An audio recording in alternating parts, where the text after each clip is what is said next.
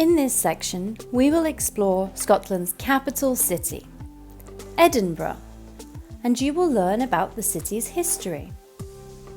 Although it is written Edinburgh, it is actually pronounced Edinburgh, and the name comes from Gaelic. It is a beautiful city in the southeast of Scotland, and although it's the capital, it is Scotland's second largest city, after Glasgow. A long time ago, in the mid-1400s, walls were built right around the city to protect it.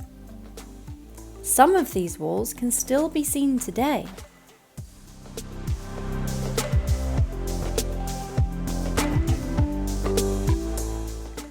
One of Edinburgh's most famous streets is called the Royal Mile, and it was here that some of the first skyscrapers were built.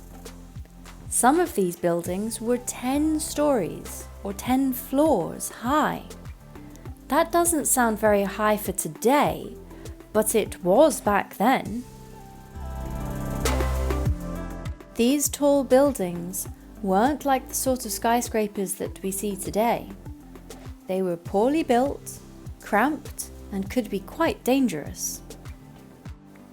There wasn't a lot of space, so the rich would live on the top floors, while the poorest people would live in dark, smelly basements.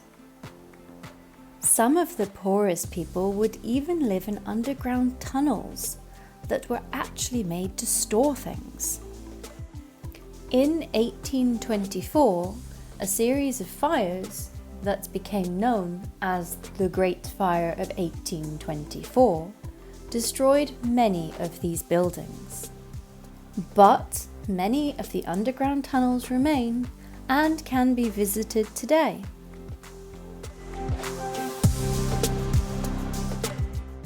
This is Victoria Street, and some people believe that it was the inspiration for Diagon Alley in the Harry Potter series.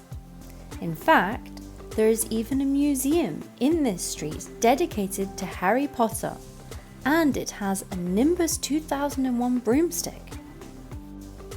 So, back to the Royal Mile. What a rich name! But where does it come from?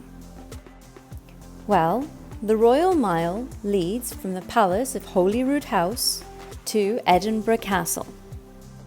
This street was a traditional procession route for kings and queens.